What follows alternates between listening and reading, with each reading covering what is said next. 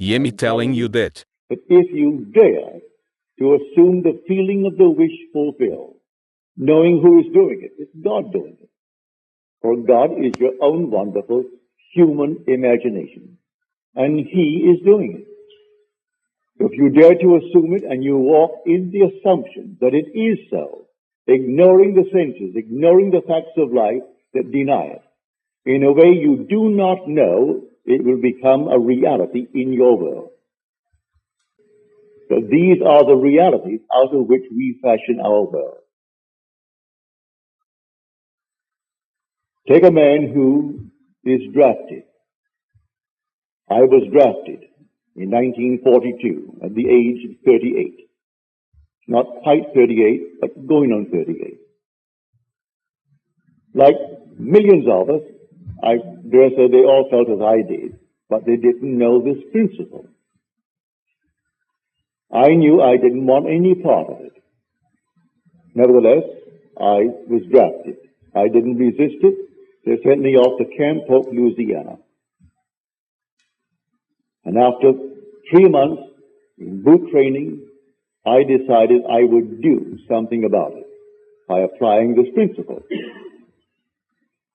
I asked, first of all, for an honorable discharge, because there was a regulation that came down from Washington that if a man was over 38 before March the 1st of 1943, he was eligible.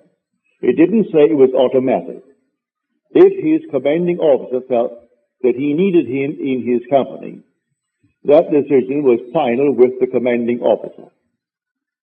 You could not appeal it to any higher position. You couldn't take it to the general. So whatever your commanding officer was, and he was a colonel, if he decided he needed you in his battalion, you remain.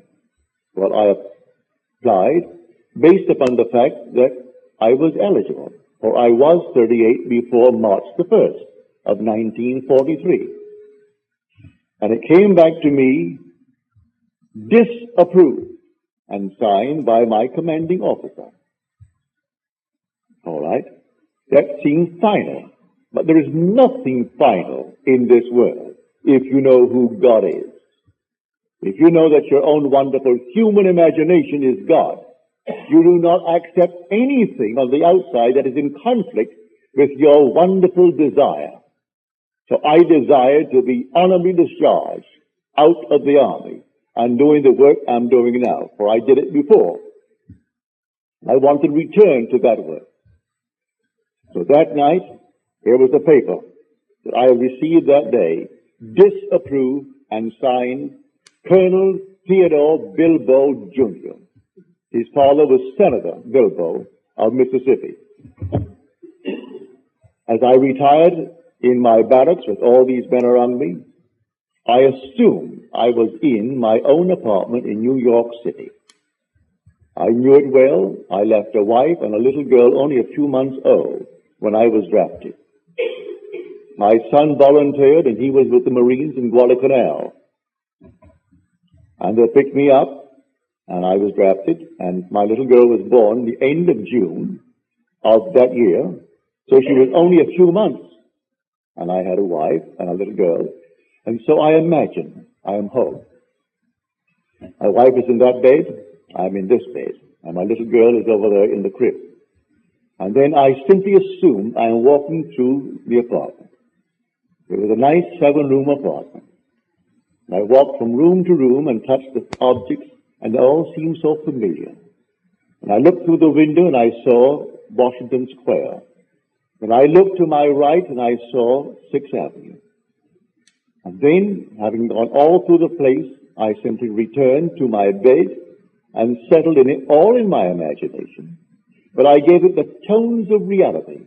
I gave it sensory vividness. I made it so real that it seemed to me I'm actually in my apartment in New York City. But I made quite sure I was not there on furlough. I was there because I was honorably discharged. No furlough, not going back. Well, 4 o'clock in the morning, before my eyes came a sheet of paper It looked like the sheet that I got from the colonel, where it was disapproved. And as I looked at it, a hand came out from here to the pen and held a pen. And it scratched out the word disapproved. And it wrote boldly in script, approved. And then the voice said to me, that which I have done, I have done. Do nothing. I woke, and all the boys had sung to sleep. I remained because I couldn't break their sleep. I remained until that very moment when I could go down and shave and clean before anyone else did, which I did. And this thing is permeating my entire brain, what happened to me that night. For 9 days, I did nothing. On the 9th day, the same colonel called me in. And after a long chat with me, he said, go back to your commanding officer, captain, and tell him to sign another application.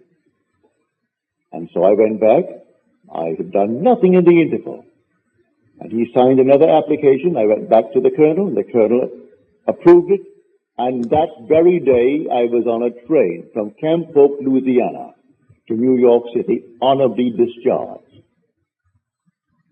To this day, none of them knew or know what I did. I did it all in my imagination. I believed that what I did was fact. I believed that my imaginal act creates facts, and therefore I actually lived in my apartment. And I was not any longer a soldier, I was a civilian, but I was honorably discharged from the army, not dishonorably. And in 9 days, it was fulfilled. I can multiply that story by hundreds if one will actually do it, for we are the operant power.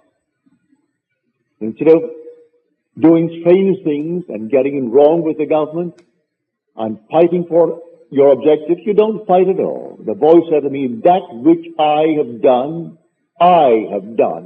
do nothing. Well, where was that voice? Within me. That very voice that I heard coming from without was whispering from within me. The voice that said to Moses, I am, that is who I am. And he heard us coming from without what is being whispered from within.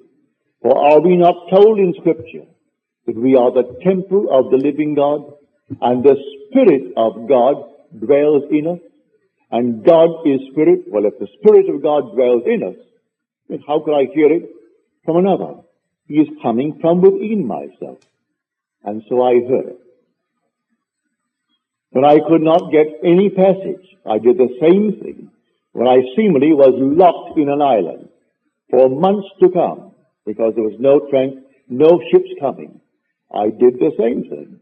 I remember what I did in the army to get out. I did it when I was in an island and could not get out. And then a long, long list waiting, and they called me and gave me passage for my wife and my little girl and myself. And yet there were thousands waiting all through the Indies to get out, and only 2 little ships servicing the entire group of islands. And I simply got out. It doesn't matter how. I did it normally. I didn't kill anyone. I didn't bribe anyone. I didn't pull any strings. I simply applied this principle. If I actually got passage, would I sail? Yes.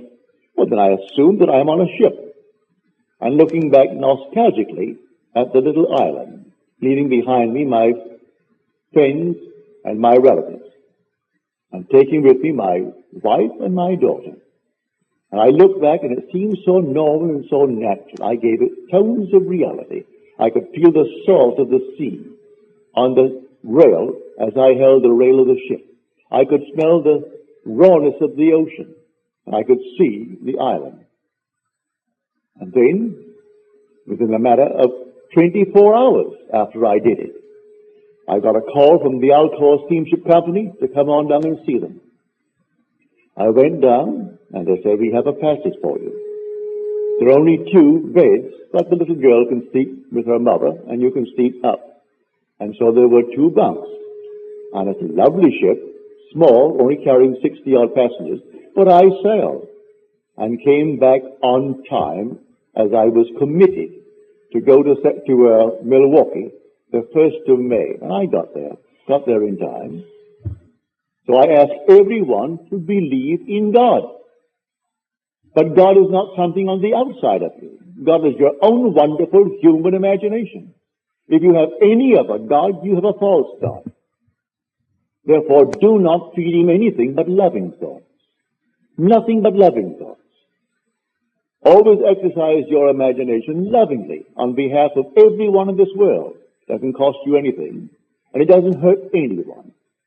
And you will find yourself becoming the man that you want to be, the lady that you want to be. And you'll move from stage to stage to stage without hurting anyone and fulfilling all of your dreams. Then you'll know how true the statement is. That all things are possible to him who believes. Because with God, all things are possible.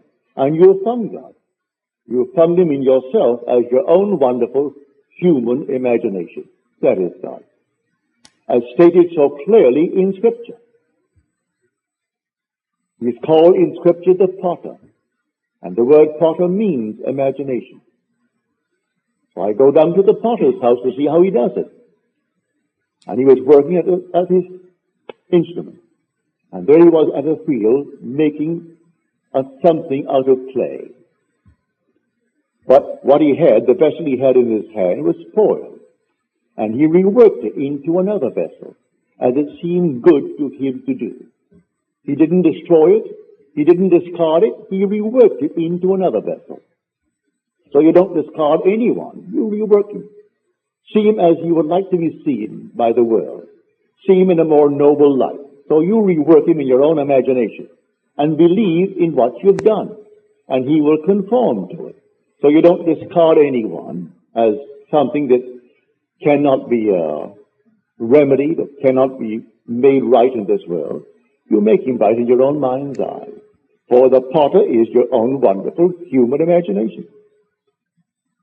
And any vessel you hold, whether it be a man or yourself, see that it is lovely, that you are actually the man that you want to be, that those round about you, they are what they would like to be, and have a nice vivid imagination of it, a clear idea of what you really want in this world, and a determinate vision of things as they ought to be, and have them all fixed in your own mind's eye, and believe it. Then in a way that no one knows, they will all come to pass.